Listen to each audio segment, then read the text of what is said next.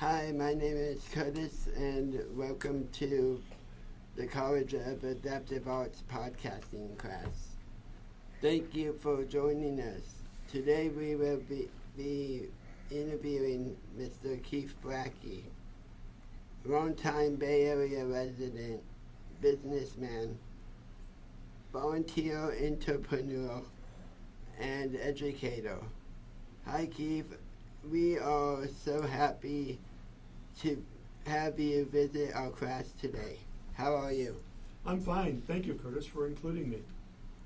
I've read that your background, and you've had an exciting career and done so much to help your community here and in our countries. Please tell our audience about when you decided you wanted to be a giver to help our community. Thank you, Curtis, and that's a wonderful question to start with. I was brought up in a family that always gave. My father was a soldier, and as a soldier, you give your career to the government and to the United States. And from that very early beginning, we as children realized the importance of helping the community, working with the community, choosing something that you enjoy but also will contribute to the community. And I've been doing that ever since I was a child.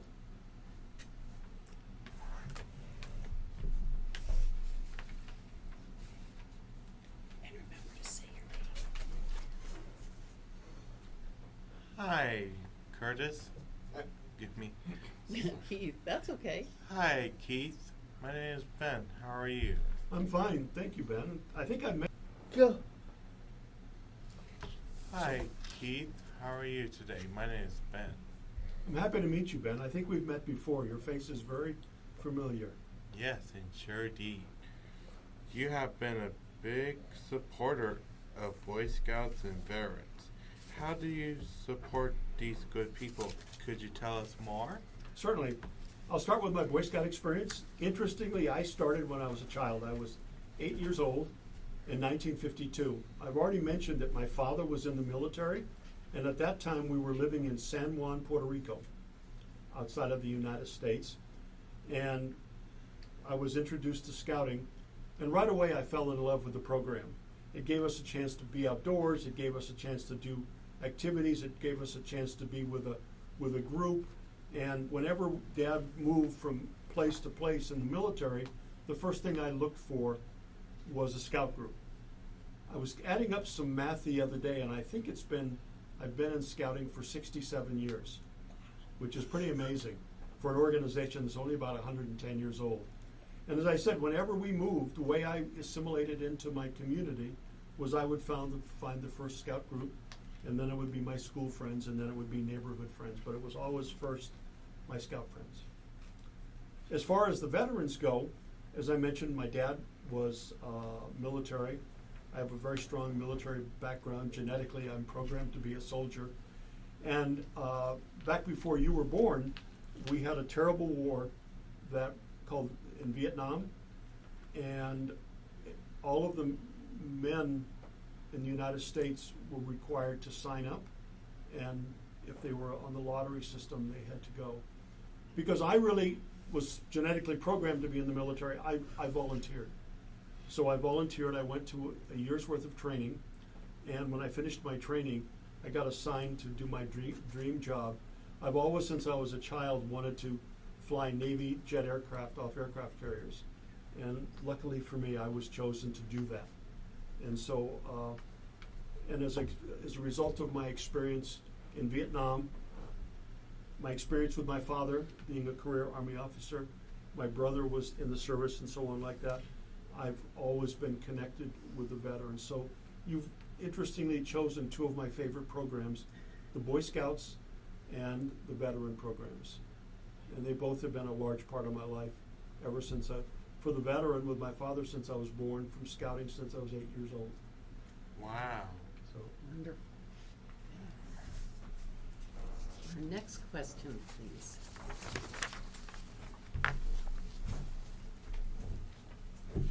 Hello, my name is Ulrich.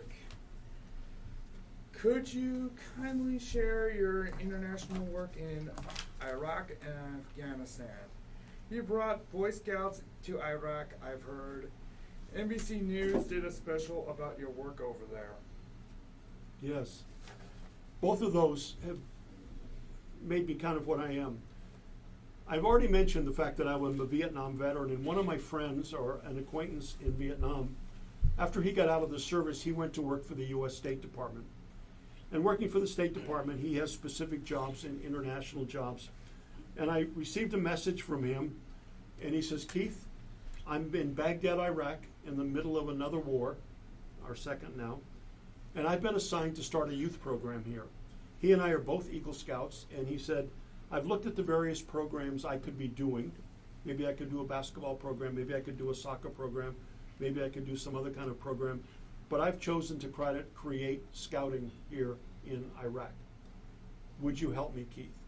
And by helping, he asked me, I would like me to promote his program here in the United States through the media, through newspapers, through magazines, podcasts like this, and then also raise money for his program. And I was happy to do it. So I give 100% of the credit to this man because he's really the one that started the program in Afghanistan. He started with 8 children in 2004, and through working with the other soldiers who became leaders, every country has scouting. Some of the American soldiers, German soldiers, French soldiers had strong backgrounds in scouting, so they would start their scout units. Unfortunately, my friend was transferred with the State Department to another office, and there was a leadership vacuum when he left, and I was lucky enough and chosen to go over to Baghdad and pick up the program where he left off. My friend started with 8 children in 2004. When we left in 2010, we had 150,000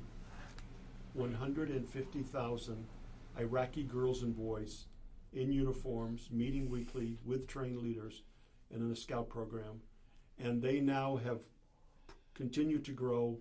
They're totally independent of our support and have created a wonderful, successful youth program in a very tough environment in Iraq. That's the Iraqi story. I came home for a couple of years, and you don't do something like that without getting your name on a list somewhere. So, my name was on the list even though I didn't start it or impact it as much as others did. And I got an invitation to go to Afghanistan to do the same thing there. Very similar situation. Wartime, people are dying every day. The youth, many of them have lost their parents, they're orphans, and there was just no after-school program for any of them. And so we started from scratch, and this time I had an opportunity to be there early. And we started with a small group of girls and boys, and we now have 2,300 Afghan girls and boys. And interestingly, before coming here today, I talked to the leader, and the program is wonderful. Wonderful program. It's teaching the leadership. It's teaching outdoor skills. I believe every child there has an opportunity to go to school. But the difference between other children and the ones that become leaders is that training and that experience with scouting, both the boys and the girls. And so we're very proud. It's the only after-school program there. Here we have programs like you're involved with here. We may have sports, we may have soccer, but over there's only one organized after-school program, and it's scouting. So, and it's been very successful. And every time I talk to somebody there, I get thrilled about the wonderful job they're doing. That is wonderful. Thank you, Keith. All right, could we have our next question, please? Blackey. My name is Ruben. Hi, Ruben. Thank you for your support for the college, and we technology enjoy doing feasts on the square in Whitwood City this past April. How did you hear about CAA Podcasting do you have? Certainly. Thank you for asking me that question. So I'm going to tell you a little bit about the Steam Fest on the Square and how we ended up including you guys and the wonderful experience we had with you there. Remember scouting again. I had a scout friend, or one of my scouts in Redwood City, that chose to do something called Steam Fest as his Eagle project. To get the Eagle Award, you've got to do a project. And his vision was that if I invite some organizations to have booths, maybe after-school programs, maybe weekend programs, maybe coding classes, maybe robotics classes or something like that. And I'm going to have them set up there, and I'm going to invite my high school friends to come and maybe choose some of them, maybe choose an afternoon program, maybe choose a weekend program, maybe choose a summer camp program related to science, technology, engineering, art, and math. So it was his vision to do this. It was the high school child, very similar age to you all, and he invited some of his other high school friends to do it.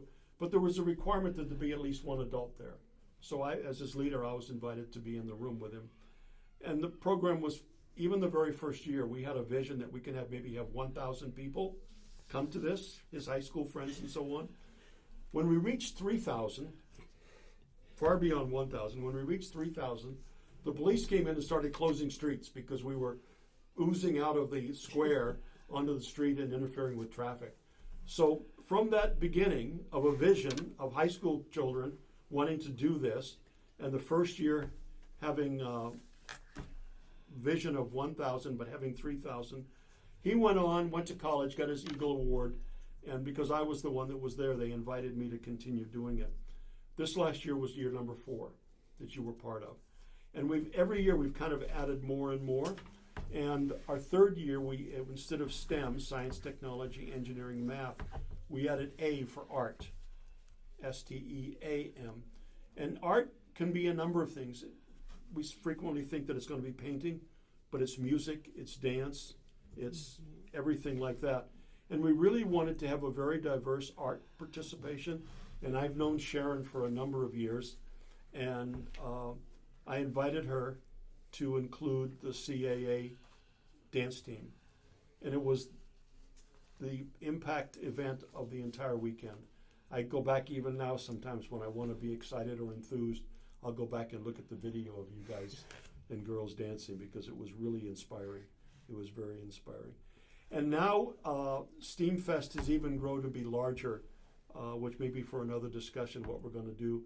But coming up here in a couple of weeks, it's actually going to be Bay Area wide with parts of it in all parts of the Bay Area. Wonderful. Okay, thank you. Right, and for our last question, please.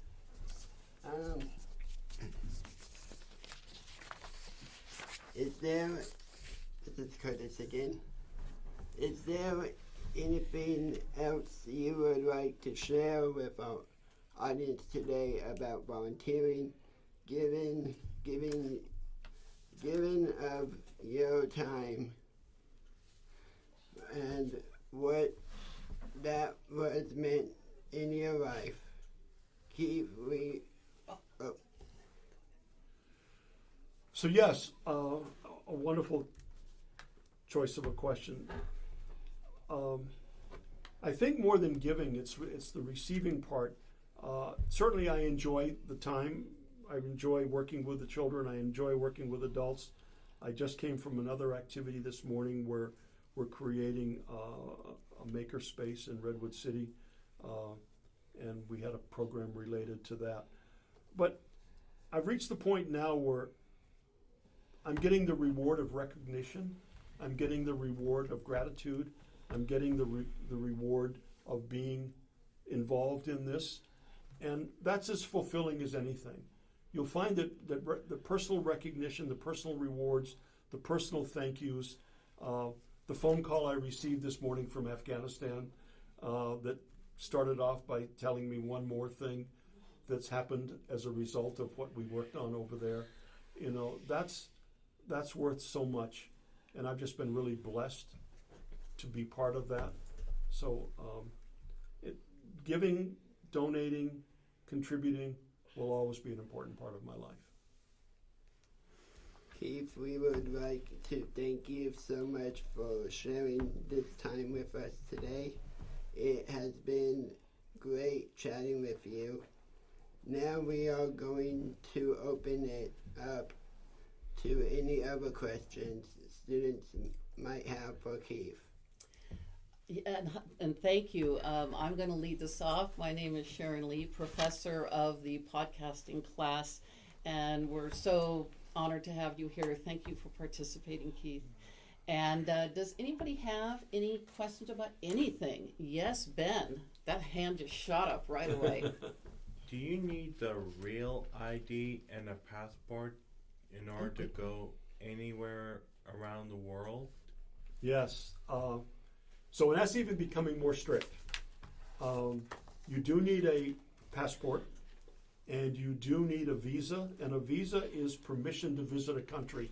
So I'm going to be visiting China here in about a month, and I have to go to the embassy in San Francisco and get a letter. I've got to get a letter from China inviting me so they know who I'm going to be visiting. Yeah. And then I get a visa or a permit to travel to the country.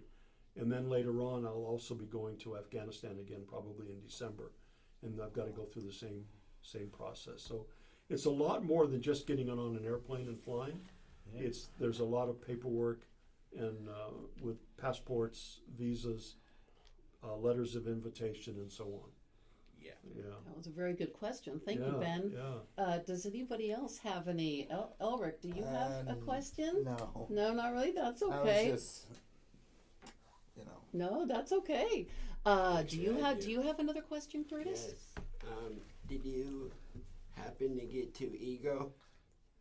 Yes, I did achieve my Eagle Award, and that's what attracted me to the man that started the program in Afghanistan, in Iraq. Yeah. Because I actually used to be in Scouts. Congratulations. Did you like it? Yeah. Yeah. Yeah, it's a wonderful program, and I think you maybe know by now that they before there were two separate programs. There was Boy Scouts and Girl Scouts, and now they're combined, and I think that's wonderful. In fact, this last week I was part of the ceremony to welcome our very first female Muslim Scoutmaster in the Bay Area, and I'm just so happy to see that diversity. In fact, I work personally with that troop. Let's just say, Ruben, do you have a question? Maybe I do. Maybe you do. Okay, let's try. What's your question? What kind of the Georgia and that be a captain? To be a captain? Yes. I don't think were you a captain? No. How high did you get in rank? So there was, and the ranks are different for each service, and sometimes it can be a little complicated. But the Army equivalent was a staff sergeant. Sergeant. Cool. Okay. Yeah. Interesting. Yeah. Well, yes, Ben. Yes. In order to go to mainland China, which is a new theme park, which is a Neopets type theme park, which is Neopia Land, what kind of visa do you need? So you wow. would need in mainland China, we call it PRC, or People's Republic of China, and so you would need a passport for PRC. PRC. And to get that, like I say, somebody from that country, from PRC, People's Republic of China, has got to invite you. Yeah. You can't just get on an airplane and go there without a sponsor. And then you take that letter and you go to the embassy here, the consulate here in San Francisco. Right. They read the letter, they check your identification, they make sure your passport is current, and would give you a visa. And there's several different kinds of visas. One may be just a tourist to visit for a short time. Yeah. One may be a work visa where you're going to go there for an extended time. Yeah. There may be one if you're going to go there for school, which is a little bit longer. And so it depends on what your purpose of traveling. You get the kind of visa you would receive to visit China. All Sounds right. good. Well, thank you. So what I'd like everybody to do is let's tell Keith some of the classes that we're taking here at CAA. And Curtis is getting a smile on his face. Do you who's one of the main teachers that you work with? Katie. And who is Miss Katie? She is the register, and she does theater and voiceover. So what classes are you taking from Katie?